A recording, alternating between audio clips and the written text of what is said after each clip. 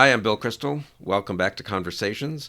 I'm very pleased to be joined again today by Diana Schaub, professor of political science at Loyola University in Baltimore, visiting this term. And we're speaking, when are we speaking? 1 week before the election, which we're putting out of our minds for an hour, which is good. 1 week before the election, so late October of 2020, teaching this term at Harvard, actually teaching a course on African American political thought, which we're going to discuss. One particular thinker, Booker T. Washington. We've done a conversation on Frederick Douglass, which I highly recommend. Also one on Abraham Lincoln, and on which was supposed to be on 3 of his speeches, and we only covered 2, so we need to get back to that too, Diana. So, but for now, Booker T. Washington. So why don't we just? He's not as well known as Frederick Douglass, let alone Abraham Lincoln. So say a word about who Booker T. Washington was and why it's worth having a conversation about him. Yeah, he's not as well known. There was a time when he was as well known. He was the most famous African American in the United States and in the world for decades. But he's, fallen into forgetting, brought about quite deliberately in the 20th century by attacks on him. But I think it's really time to recover both, his life and his teachings. So the life was a remarkable one. He's born into slavery. He didn't know who his father was. He didn't know the date or even the year of his birth, as was the case with many slaves. We now know he was born in 1856, so he was freed as a youngster by the Emancipation Proclamation. Upon gaining freedom, the family moved to West Virginia, where they thought opportunities were a little bit better. There, though, he was soon sentenced to the drudgery and the dangers of coal mines and salt mines. But he longed for education. Here he's actually very similar to Frederick Douglass and Abraham Lincoln, who show this self-motivated desire for education. He made a deal with his stepfather, showed early on that he understood human nature and how to bargain with people to get what he wanted. So he worked 5 hours each morning in the mines before attending school at 9 o'clock. So in other words, he's starting work in the mines at 4 or 5 a.m. So this is post Civil War. Yeah, right so after the war in the 1867, 68, 69. So he begins to get this education. Works again in the mines after the school day is over. Then he seizes another opportunity. There's the wife of the mine owner, who is a Yankee woman, has a reputation of being very difficult to work for. She goes through, she's always looking for good servants. She goes through servant after servant. None of the young men can remain in her employ, but Washington pleads to be allowed to work for her. And comes to understand her Yankee values, and he embraces those values. He learns that what she wants is, conscientious effort and punctuality. He actually says that this is the most important element in his education. You could argue that what the relationship with Mrs. Ruffner is his discovery of Aristotle, and Aristotle on the virtues, Aristotle on the role of habituation. So she supports his desire for further education, and he eventually makes his way to Hampton Institute, which was an institute founded by a Union general, a white Union general after the war, part of that first wave of African American education that was really led by, often by Union generals and by teachers coming from the North to begin black schooling in the South. And that transforms him. He excels as a student. The commencement address was actually covered by the New York Times, and he gave that commencement address. So that's sort of his start in life. He's then tapped by Armstrong when General Armstrong receives a request for someone to start a school in Alabama. A black school. They, of course, were looking for someone white. Most of these black schools at that time were founded by whites and taught by whites. Armstrong tells the organizers that his best candidate is Booker T. Washington, and that he says there's never been anybody better than Washington to come out of Hampton Institute, and they agree to receive a black principal, and he heads to Tuskegee.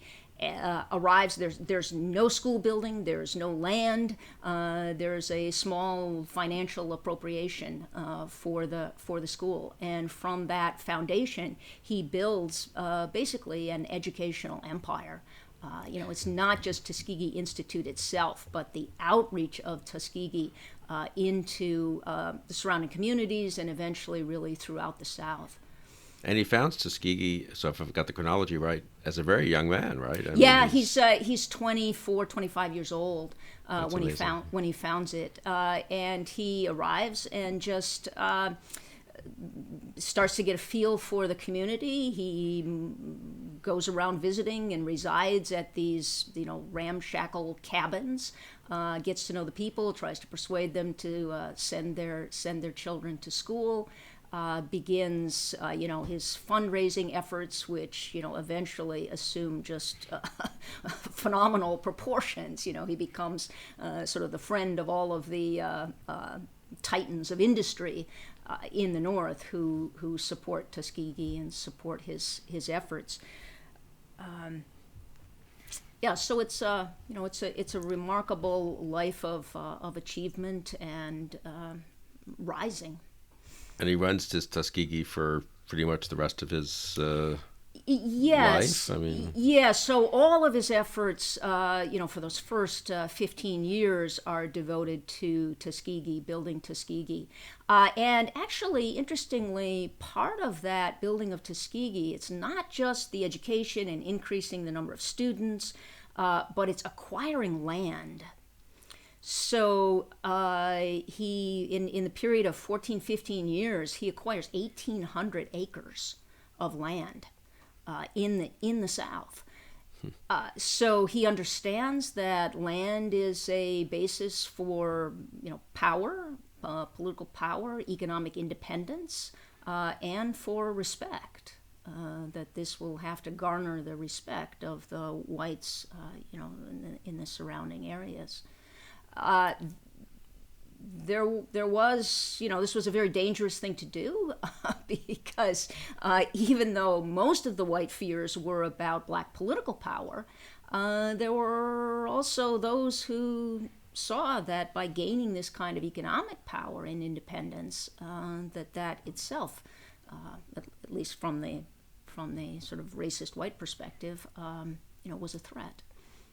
So let's come back and talk about his thinking about education, which is so central to his overall thinking, obviously, about black prospects and about human development, really. But just to finish the biography quickly, so people go ahead. I mean, he becomes more famous, I suppose. Well, so he's already famous as a major, as running this major institution for educating young African Americans. But then does he write his Up from Slavery, his famous book? Is that the next sort of big thing, or is there stuff before that? Actually not. He doesn't write the autobiography until after 1900. I think it's maybe 1903. I'm always a little shaky on these dates, not being a historian. But what really catapults him to fame is the Atlanta Exposition Address. The big Chicago Exposition, this was an era of these big fairs, these international fairs. So there'd been the huge Chicago Exposition, and blacks had been completely excluded from that. And Washington was worried about that. So he actually arranged to give testimony to Congress for this next fair, which was going to be in Atlanta, the Atlanta Cotton States Exposition. And he made the case for black representation at the fair. and that was successful. They actually asked him to take charge of the building, building the Negro Hall that would display evidence of black achievement. He declined to take charge of that, but put one of his lieutenants in charge of it. He was always, recruiting other able African Americans, many of whom eventually were educated at Tuskegee. So he tapped one of those fellows, and then he gave the keynote address at the opening of the exposition. So this which became very famous. But I hadn't realized he had been involved in setting it up and in opening it up to African Americans, which is really, and the one in Chicago in the North wasn't. That's interesting, actually. Yeah. So this is tremendously significant. It's the first time that an African American appears on the stage with whites in the South. Wow. And then he delivers this speech, which is now, as a result of Du Bois's characterization, known as the Atlanta Compromise Address. But in fact, it should just be called the Atlanta Exposition speech. It's a short speech, but there are some very, he had a gift for metaphor and a gift for sort of one-liners, takeaways. And there are two of them, I think, from that address. So first is the metaphor that he offers of race relations, where he says we should be, or we can be, separate as the fingers in all things purely social. Doesn't say what he means by that. Purely social. Separate as the fingers in all things purely social. But one as the hand in all things essential to mutual progress. So that's what he offers. And of course, different. And this is what, mid-1890s, right? So this is this date. Well, I shouldn't even. People can look this up. 1895, I think. That's what I think too. Yes. 1895, but at the height of the establishment, Jim Crow. And Dred Scott is 1896. Not Dred Scott. Plessy v. Ferguson. Plessy Ferguson is, if I'm not mistaken, 1896. Yes, 1896. So this is a time of terrible, terrible racial troubles. So remember, after the war, you get, the period of Reconstruction, you get black political power, you get black elected officials throughout the South, you get, enfranchisement, and then, when the federal government pulls back from enforcing 14th and 15th Amendments, you get the beginning of this, retraction and retrenchment, and this is really reaching a peak. Beginning in the 1880s, but especially in the 1890s. So that's always important to remember when talking about, we'll say more about that later, the way it affects his rhetoric and presentation. He's speaking to this moment of, this is the beginning of lynching. Lynching at this point is very widespread. In the South. So he delivers this message that different people hear in different ways. So there were whites who heard that as, blacks are now accepting permanent second-class citizenship. That's how they wanted to hear it, and that's what they took away. Because Washington suggested that blacks could pull back from political agitation or political demands, that they should go more slowly on this, that they should shift their attention to, economic advancement and educational advancement. There were whites who read what he said in that way. I think that's a misreading of the speech. It's very clear from Washington that he makes no concessions as to the ultimate aims for blacks in America. It's full inclusion. It's full political equality.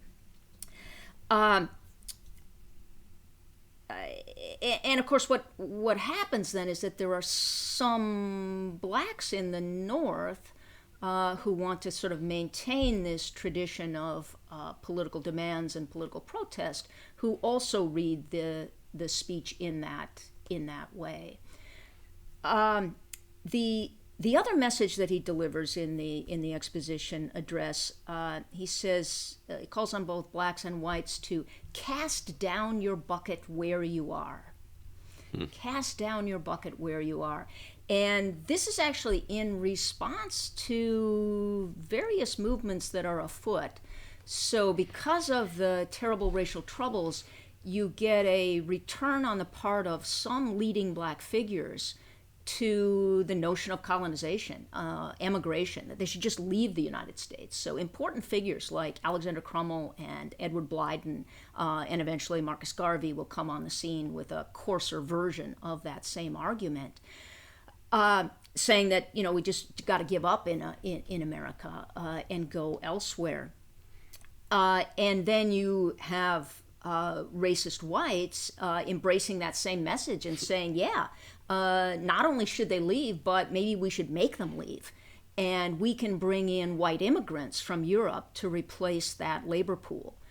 So remember, this is also a time in a great increase in white immigration. So he's very worried about that and the way in which those two messages are reinforcing each other. And so he says, cast down your bucket where you are, which to blacks means, there are more opportunities than you realize, and we need to seize those. There's actually fresh water that we can draw, from the southern wells. And to whites, he's saying, and this gets Washington in some trouble today, because Washington is willing to appeal to that older model of black-white intimacy that comes from slavery times. And so Washington will say things like, in the past we have always been loyal to you. We nursed your children. We accompanied you, to the grave and shed tears, at your death. And so he gives this kind of sentimentalized portrait of life under slavery. It seems to me that is a rhetorical strategy. I mean, he knows that, yes, some of that intimacy existed, but he's also very aware of the horrors of slavery and the brutality of slavery. But he knows that the lost cause apologists often talk this way. They're the ones who sort of have this sentimentalized view of slavery. And he's willing to play to that, to play upon it, to defer to it, in order to try to create some conditions going forward for friendship across racial lines. So he's actually trying to resist a really dangerous turn that race relations have taken. And so he's willing to tap into that earlier sentimentality to try to rectify things or put things on a new foundation. So anyway, this speech then just catapults him to national fame. Frederick Douglass died in 1895. Actually, that helps us ascertain the date. Douglass died in 1895, and Washington delivers this address, and everybody just says, he's the new Frederick Douglass. This was certainly a time in which it was expected for there to be a kind of leader of the race, someone with whom whites could deal, and he just steps into that role. And a few years later, President Theodore Roosevelt has Booker T. Washington, and I think his family, maybe, or his wife, to the White House. This is the first, I think, time African American has sort of been invited to dine at the White House, and I think it was very controversial, wasn't it? Yes, it was hugely controversial. Led to very serious death threats against Washington, and imperiled a bit part of what he was doing. So it wasn't so much that the connection with Roosevelt had been known for a long time. I mean, he met with all of these, barons of industry and all of that. So he had been socializing and having business dealings with prominent whites in the North for a very long time. But it was the fact that the family was present, including Roosevelt's wife and daughters. So that just triggers, all of that stuff about, intermarriage and, predatory black men. So it just triggers those overheated, fears of the racial imagination. Well, Yeah. So, but I mean, and actually, Washington was really sort of interesting. I mean, remember, he had said, separate as the fingers in all things purely social. And he often declined. I mean, he received many other invitations to social engagements with whites, and he often declined those. He was very careful about accepting them. And it wasn't just that he had to avoid the outrage in the white South, but it was also that he didn't want to give blacks the impression that their self-respect hinged on the degree of their acceptance by white society. So, Washington is opposed to segregation, any kind of legalization of segregation, but he never makes integration the goal of the movement in the way that King, for instance, will.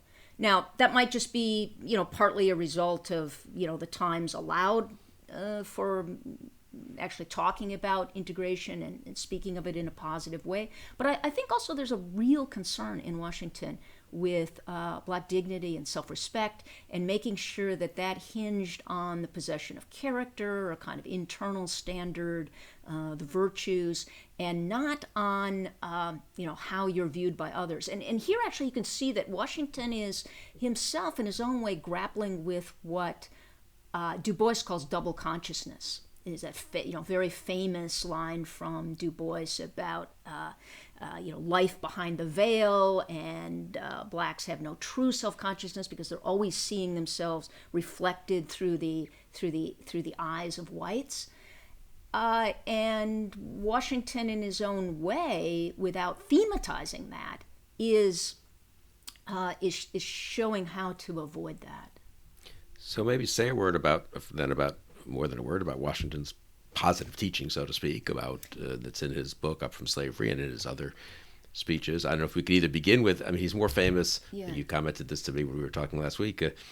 Washington's unusual, maybe not that unusual in a funny way, for being more famous for the attacks on him than for his own teaching and his own works. And Du Bois's attack on him was did such damage, honestly, to his reputation, at least now, well, for decades, I suppose, and maybe for even immediately, that I don't know if you want to begin with the attack and then explain what Washington said, or it seems a little unusual, but maybe hard to know whether that's a fair way to begin. Yeah, or just begin with his own teaching, and then we can get to the reason that Du Bois attacked him, and Du Bois was an intelligent man himself, obviously, and has maybe some point, and then.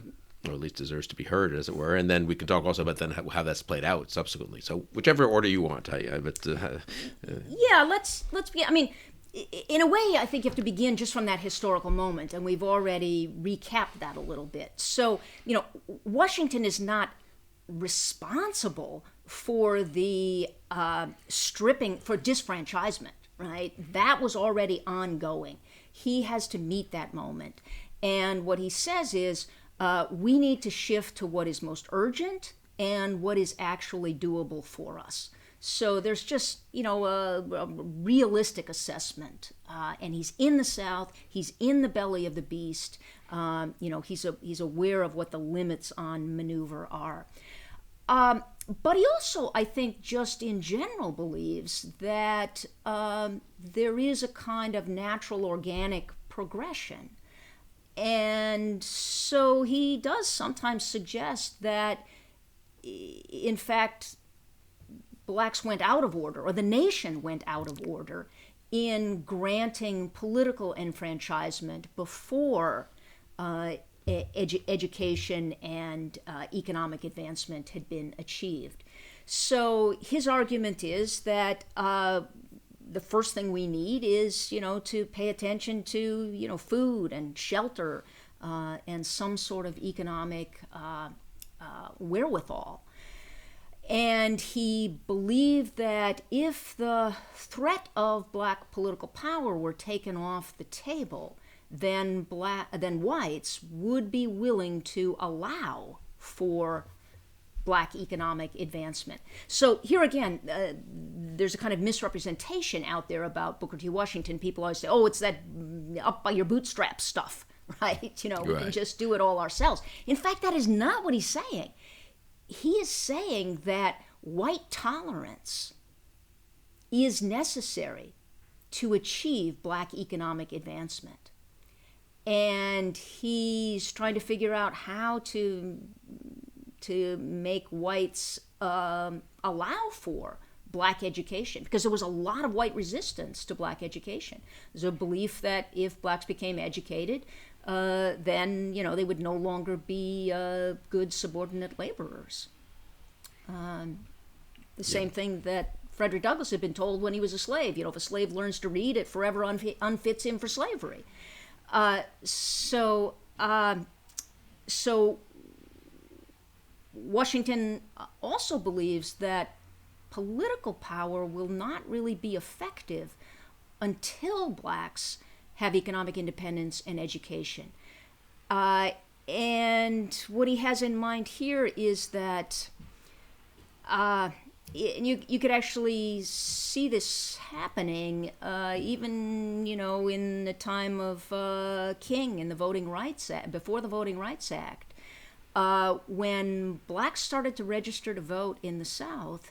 You had blacks who were economically dependent on whites, and white owners, white bosses, could simply load up their black laborers and take them to the polls and control how they voted. Remember, the secret ballot didn't come into South Carolina until 1950. Yeah. Right? So voting wasn't secret. So Washington says, without economic independence, the ballot is actually impure. The ballot is not reliable.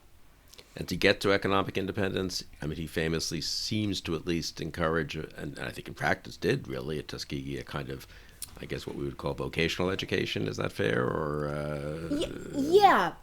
So he says, well, yes. So and that would be an advancement, because at that time most blacks were either in a kind of serfdom and debt peonage, on what were in effect still plantations. So he's trying to get blacks to move into independent farming and skilled trades. And so vocational education means skilled trades. So out of the service economy. Here again, Washington recognizes that service economy is going to disappear. He says, with advancement, with democratization, eventually whites are going to be blacking their own boots. And we need to move out of those service jobs into the industrial economy. He also recognizes that, here we can maybe get to the disagreement with Du Bois. Because it's famously caricatured, I think you could say. Yeah. Washington didn't believe in liberal education or higher education. He was very much wanted to, as you say, people to learn trades and so forth. And I guess that's a lot of what actually happened at Tuskegee, which he... Yeah, although Tuskegee, half of the curriculum was purely academic. Is that right? You don't. Yeah, that's not one's impression, but that's because it was. Yeah. And in fact, there were sometimes white donors from the North who felt that they had been subject to a kind of bait and switch policy. So you would have donors who would give to support black vocational education, and then they would receive thank you notes from Tuskegee students who then just talked about their program and said they'd been studying philosophy and algebra. Yeah, that's interesting. Yeah. So he's always, he's always having to balance these things.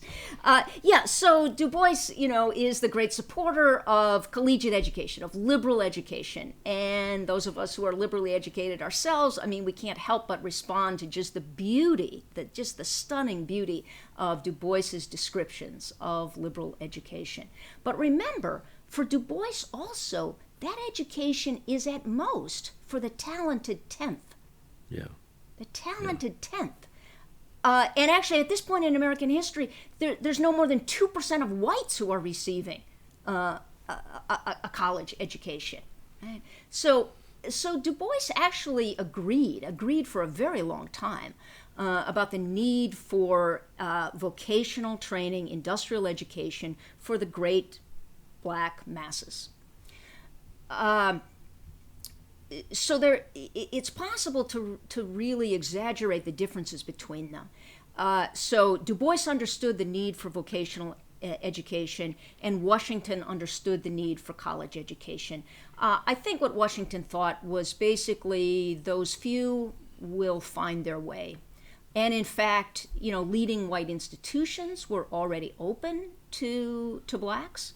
Du Bois himself is Harvard educated, and educated also in European universities. Other places like Oberlin and Dartmouth, were open to blacks.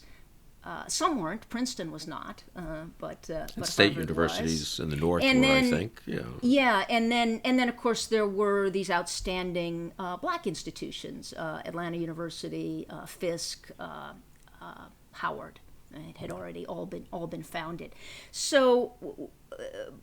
But it's also true that because so much depended on donor dollars, and if Washington was getting more of that money for Tuskegee, that might mean less money for collegiate education for blacks. So there was some tension there.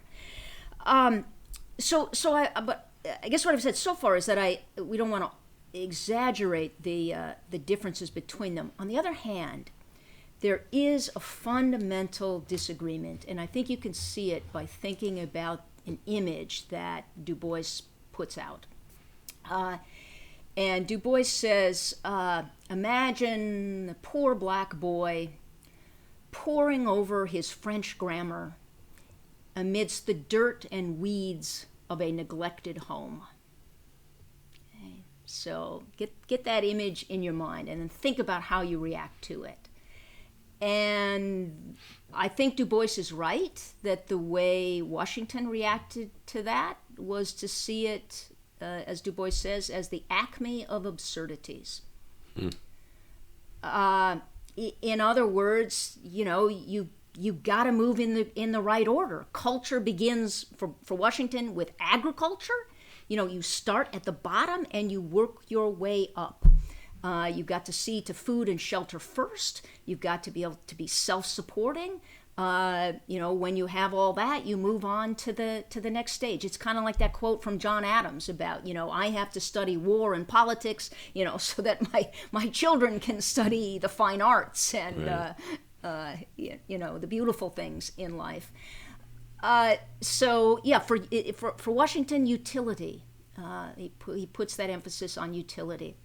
But for Du Bois, that picture, the poor black boy poring over the French grammar or the Latin grammar, right, amidst the dirt and weeds of a neglected home, that there's something beautiful about that. The aspiration that is expressed there, and Du Bois speaks beautifully about this. He says, well, what this kind of education offers is the chance to soar in the blue air, above the dull red hideousness of Georgia. Those great passages from Du Bois where he says, I sit with Shakespeare and he winces not. I summon Aristotle and Aurelius and what soul I will, and they come all graciously with no scorn nor condescension. And so, wed with truth, I dwell above the veil, right? That veil of the color line. So I think there is a kind of fundamental disagreement between them. For Washington, culture begins in agriculture and has to proceed step by step, rising up. And for Du Bois, culture begins with the few. He has an elitist understanding of culture, an aristocratic understanding of culture. For him, culture is something that trickles down, right? or the elites who assume leadership. And so he says, Harvard was founded in the wilderness. And Washington also puts great stress, of course, on character and a certain kind of, I don't know if bourgeois is quite the right word, but let's say hard work and self-improvement in a way that for us seems a little, I don't know what, some people don't like it and maybe outdated or whatever. But and at the time, I suppose, was regarded a little bit as, well, this is sort of a dodge from the political fights as if as you say, as if simply lifting oneself up by one's bootstraps is enough. But maybe maybe, but actually, this emphasis on character is present in Du Bois as well, and it's present actually in all the great black leaders. So it's present in Frederick Douglass. Right. There's the agitate side of Douglass, but there's also, what we, the colored people, need is character. And this nobody can give us. We must get it for ourselves. And in fact, Du Bois is much harsher in his descriptions of what's happening in the black community. He speaks about rising levels of crime and debasement. He's very worried about a kind of degradation within the black community. So interesting, yeah. I think they don't actually disagree about this. That double message. What America needs to do to reform itself. That sort of more militant messages there, as well as the message to blacks themselves. And both of them make the point that the main work has to be commenced and carried on by blacks themselves. So even though, the situation, the legacy of slavery, is something that whites are responsible for, Washington very much argues that, unfair as that is, the transformation has to be internal. And so what he calls for is an education that involves the head, the hand, and the heart. So the head is that intellectual, academic component. But the heart for him, I think that is his word for the moral formation for character. And then interestingly, this emphasis on the hand. Right. And that, I think, is maybe the most fascinating part. Tuskegee was actually built by the students. They built the buildings. They built the roads. So this was part of acquiring the technical skills, carpentry and metallurgy and all of those things that they would need to go out and be skilled laborers. But it was also so that you could reclaim the dignity of labor. And Washington thought that what slavery had done really was to destroy the dignity of labor in the minds of both blacks and whites. And so it was important to reverse that. And the only way you could reverse that would be to show the dignity of labor. Any labor honestly carried through, wholeheartedly carried through, Washington believed was highly significant. Yeah, and that's very much in some of the American tradition, both white and black, obviously. But yeah, the richness of African American thought in America is really astonishing, just hearing you talk. Not astonishing, but so interesting, and not always conveyed, I would say, by the kind of summaries, either by friends, certainly by foes, but even by friends sometimes, But I remember, let's talk about Up From Slavery, which, is extremely... Yeah, maybe just, we should just draw... Yeah, we should just draw on what you just said there. In other words, this debate about education is not just a debate about, black educational policy or something like that. It is a fundamental debate about the nature of education and the meaning of education that has, reference just, beyond race. If you want to see what a debate about the meaning of education looks like, you just read Washington and Du Bois, and you've got it. You've got all of the materials there. Yeah, that's great. No, that's great. I remember when I taught Up From Slavery, so this is ages ago, literally 40 years ago, I guess, at Penn, and I had read Herbert Storing's really excellent essay, which I think you mentioned in one of your writings and paid tribute to, from, I think, the early mid-'60s, actually, which is an attempt to rehabilitate Booker T. Washington at the time. And but I read Storing's essay, and I think that's probably why I assigned Up From Slavery, which I hadn't read, but I thought, okay, it was an American political thought course, not an African-American political thought course, but I assigned Douglass and I assigned Washington and King. And I remember just being really astonished by the book. Actually, I expected it to be impressive. I'm storing votes very favorably about Washington, and I remember my students were too, and they didn't know much about him, honestly, one way or the other. But to the degree they might have had an impression, it was mildly negative, or just kind of, maybe a little condescending. Maybe is the right way to say it. Ivy League school and stuff, but. So say maybe just a word about the book itself, and you've taught it now many times, I'm sure, and just about the book. I mean, at the time, I think was a very famous book, right? Oh yeah, and actually still today, it has never been out of print. It has worldwide fame. Modern Library lists it as the third most important, nonfiction book, ever written by an American. Wow. It's tremendously significant. And I mean, one thing that's important about it is it's not a slave narrative, right? The kind of reigning model was, for Black memoir or autobiography, was the slave narrative.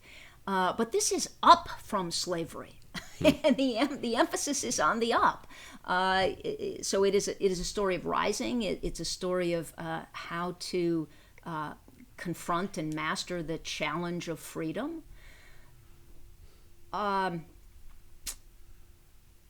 It's told in a very plain style. Yeah. He was really a kind of master of the plain style. Just I think there's great actual rhetorical sophistication behind his plain style that's maybe more present in the speeches than in, it's even present in From Slavery. So he will do things like always feature those whites who were of assistance to him. Right.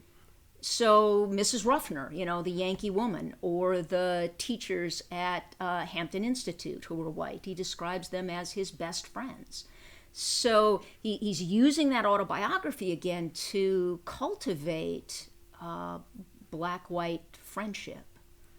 And it's a short book, I remember, which was good for teaching. And but I always wondered whether he intended it to be, in a sense, very accessible and easily digest, easier to become a bestseller if you're 150 pages than 450. Yeah, well, all of these industrialists would read it and then write out major checks to him. He spoke to their own experience of rising, kind of, playing into that notion of the self-made man. Yeah, he had I think that's right. I mean, he had in that respect, the rhetorical. He wasn't a simple-minded believer that anyone could just make himself, and the whole country was open to, talents and hard work. But he thought it prudent and I think wise educationally even to emphasize that possibility, not the obstacles to that possibility, perhaps. Yeah, because remember, part of the danger of the time, because it was such a terrible time of racial troubles, there was great danger of hopelessness and despair taking hold in the Black community. So he is always working against that. He's trying to find the reasons for hope, and he often exaggerates those. But that's partly to deliver this inspiriting message, a message that he thought was essential. And and you said inspiriting. That's what I was going to ask you about next, which was spirituality or Christianity seems to be more important to Washington. This is my memory, but it's explained to. Is that right? And yeah, and here again, I think Du Bois does Washington a disservice, or especially the even more caricatured version of Washington that took hold after Du Bois's criticisms were leveled. So part of Du Bois's criticism is to say that, Washington just bought into the capitalism of the day, and that it was just, the gospel of wealth, and this was all just materialism, and that's what the industrial education is about, just buying into that notion, losing sight of the higher things. And I think that really does an injustice to Booker T. Washington. It seems to me that what he was especially concerned with was how to break out of the downward spiral of sin and suffering. And so you had to find a new foundation for society in the South.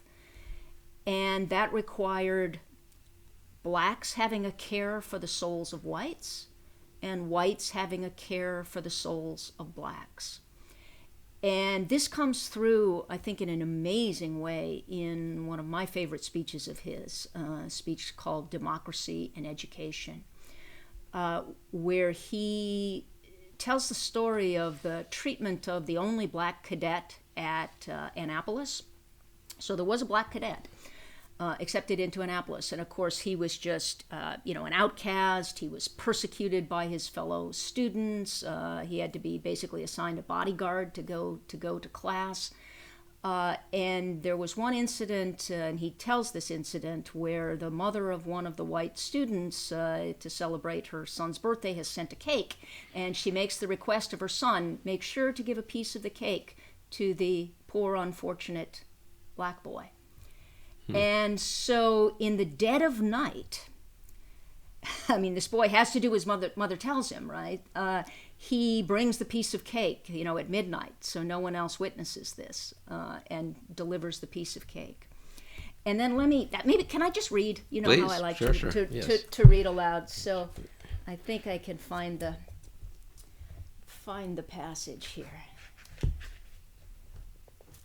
So he says, I recite this incident, and not for the purpose merely of condemning the wrong done a member of my race. Right? I mean, why would someone retell this story? Well, so you can, be outraged, justly outraged. Outrage and gain sympathy, right, for the downtrodden. So he says, not merely, so partly for that purpose, but not merely for condemning the wrong done a member of my race. No, not that. I mention the case not for the one cadet, but for the sake of the 400 cadets, for the sake of the 400 American families, the 400 American communities whose civilization and Christianity these cadets represented. Here were 400 and more picked young men representing the flower of our country who had passed through our common schools and were preparing themselves at public expense to defend the honor of our country. And yet with grammar, reading, and arithmetic in the public schools and with lessons in the arts of war, the principles of physical courage at Annapolis, both systems seem to have utterly failed to prepare a single one of these young men for real life, that he could be brave enough, Christian enough, American enough to take this poor defenseless black boy by the hand in open daylight and let the world know that he was his friend. Education, whether of the black man or white man, that gives one physical courage to stand in front of the cannon and fails to give him moral courage to stand up in defense of right and justice is a failure. I don't think there is anything stronger in anything from Frederick Douglass. Yeah. Right. And then let me read you just a couple more sentences. He says, what he says about this: the Negro can afford to be wronged. The white man cannot afford to wrong him.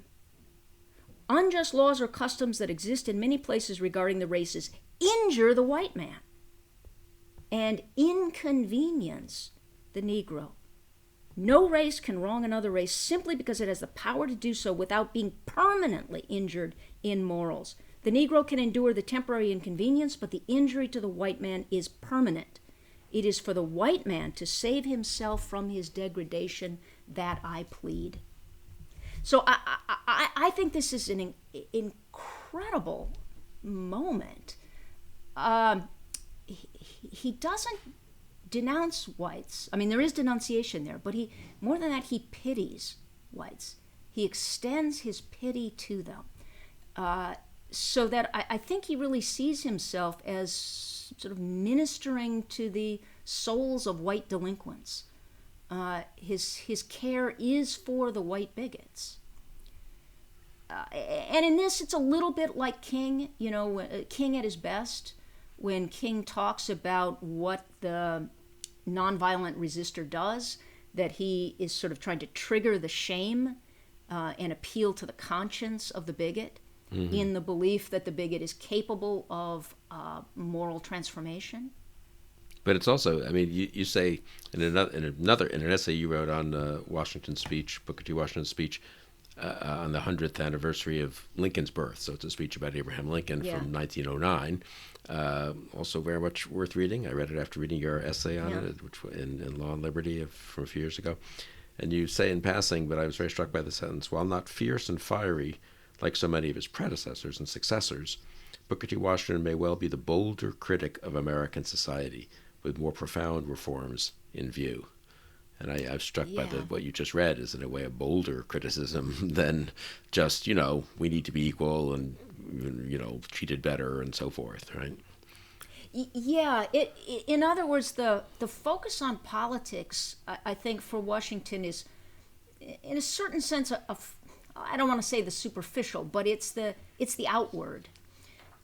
And Washington's focus is always on the inward. And that's going to be much more difficult to transform people's hearts, to transform their character. But I think he really believes that you're not going to get beyond the destructive legacy of race relations in the United States until you confront those, that psychology, the psychological dimensions of it. Say a word then about, let's actually, maybe we'll close with a segment on from Booker T. Washington today. You've taught him. I'm just curious, how does that go? What do students think of it? And also, what do you think of are his most pressing lessons for us? And Yeah. Yeah, I think students still do respond positively to Washington when they actually read him. And they especially respond positively to him if they have enough historical background to understand the situation in which he found himself. So passages that students might rebel against, or they just feel he's just being way too accommodating, right. especially any of those sentimentalized passages about the past. But when they really understand the depths of the danger,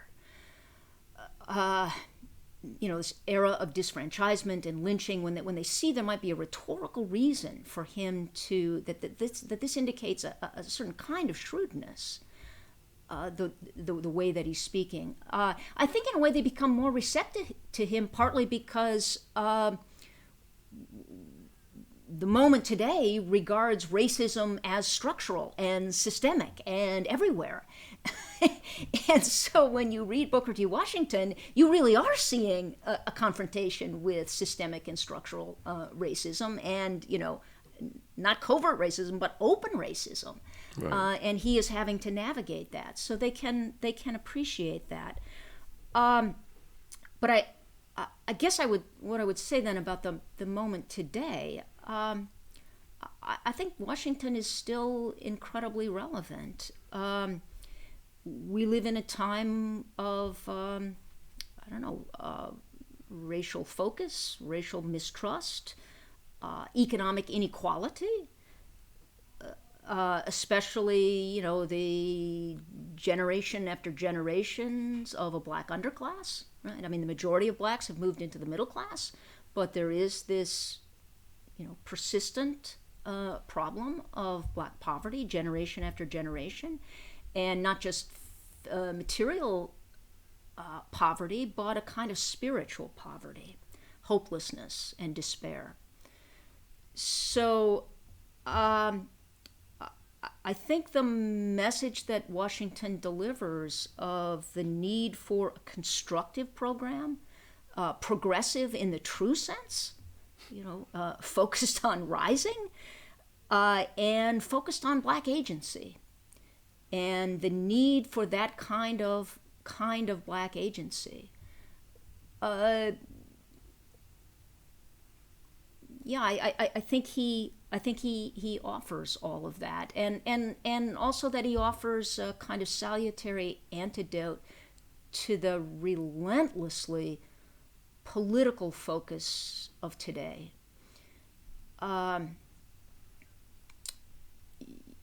Where race is used as a kind of source of power, mm-hmm.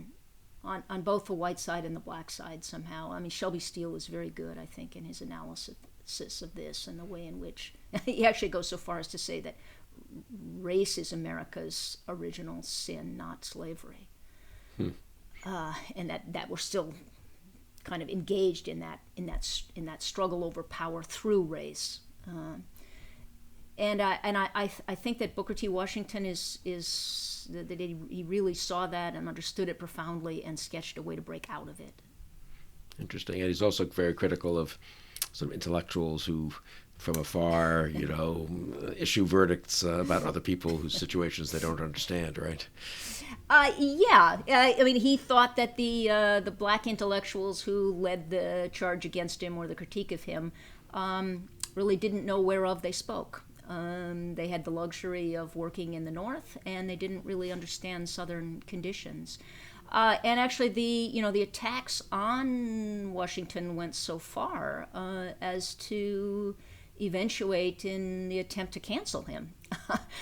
Washington was one of the first victims of the cancel culture. Literally, that they wouldn't. Literally, yeah. He had been invited to give an address in Boston at Faneuil Hall, and a group of protesters showed up and attempted to silence him. And he wrote very powerfully about it in an essay called "The Intellectuals and the Boston Mob." Yeah, that's interesting. And he said that he had given speeches all over the country, to white audiences, to black audiences, to hostile white audiences, and that the only time anyone had attempted to silence him was, men of his own race in Boston. And so he presented this as really just a betrayal of the legacy of the abolitionists, which Boston ought to represent, right. free speech. Yeah, he was pretty hard on some of these college-educated types. He tells a couple of stories. He tells about a young man who came out of college with his college education and commenced giving a lecture tour titled "The Mistakes of Booker T. Washington." And he said after a few months or a certain period of time, he realized he couldn't make a living forever on the mistakes of Booker T. Washington. And then he found he had no skills, and actually sought out Washington for a job. I mean, basically, Washington controlled a lot of patronage, throughout the South. Yeah, that's a good story. That somehow rings so true. Yeah. He also Washington also was very early in recognizing that there could be such a thing as a civil rights establishment that maybe wasn't all that keen on seeing the patient cured. That there would be those who would make their living on grievance, and therefore would always have an interest in keeping causes of grievance alive and prominent. And again, he was pretty sharp in his denunciation of that. Yeah, it's interesting too. Last words about Washington. This has been fascinating, and I said I taught him many years ago, and was somewhat familiar. We read your essays, a couple of your essays at least on him, but there's so much more there than I think people appreciate, and I'm just struck by that in just this conversation. Yeah, I mean, I give the advice that I would always give, and that's to start with the primary texts. So, read up from slavery. Read some of these speeches. I would say especially the Democracy and Education speech, because that really shows, that he puts those two terms together. It's not just, education. It's education as a preparation for citizenship, for democracy. So he does have that full participation in America, in mind as the ultimate goal. So that essay, Democracy and Education, and then the one that you just mentioned, the memorialization of Lincoln that was delivered on the centenary of Lincoln's birth. That one I think is really significant. He's, as Douglas did, because he has a famous speech on Lincoln as well. They both turn to Lincoln and really make use of Lincoln for the dilemmas of their own historical time, and they draw different lessons from Lincoln, but lessons that they thought were crucial for the moment. So what Washington focuses on are the virtues of Lincoln, and he makes direct application of that to a black audience, calling for patience and courage, and he makes direct application of that to a white audience as well, calling again for this kind of moral courage that whites need to demonstrate. And again, you can see him sort of appealing to a certain kind of white pride in order to move the nation away from that very dangerous kind of white pride. So he says, a big man, a magnanimous man, wouldn't have to push the little guy down or hold the little guy down in the ditch. Again, he's got these great metaphors. The only way to keep a man down in the ditch is to get down in the ditch with him. And he sort of says, don't you whites want to be bigger than that? No, that's great. So, okay, so after this conversation, read Booker T. Washington. Then you can go back and watch the conversations with Diana on Frederick Douglass and Lincoln, which are both very relevant, and which we do need to finish our Lincoln conversation, since we did the great 1838 Lyceum speech and the Gettysburg Address, but not. We ran out of time before the second inaugural, which I find the most mystifying of them. So we'll have to schedule that for early next year. Good. I've just finished writing on the second inaugural, so maybe I'm ready now. Good. Okay. Maybe. Perfect. But it's a complicated speech. Yeah, that'd be great. Yeah. Well, look, thank you. This has been fascinating for me, and I'm sure for our viewers and listeners. So, Diana Schaub, thank you very much for joining me today, and thank you for joining us on Conversations with Bill Kristol.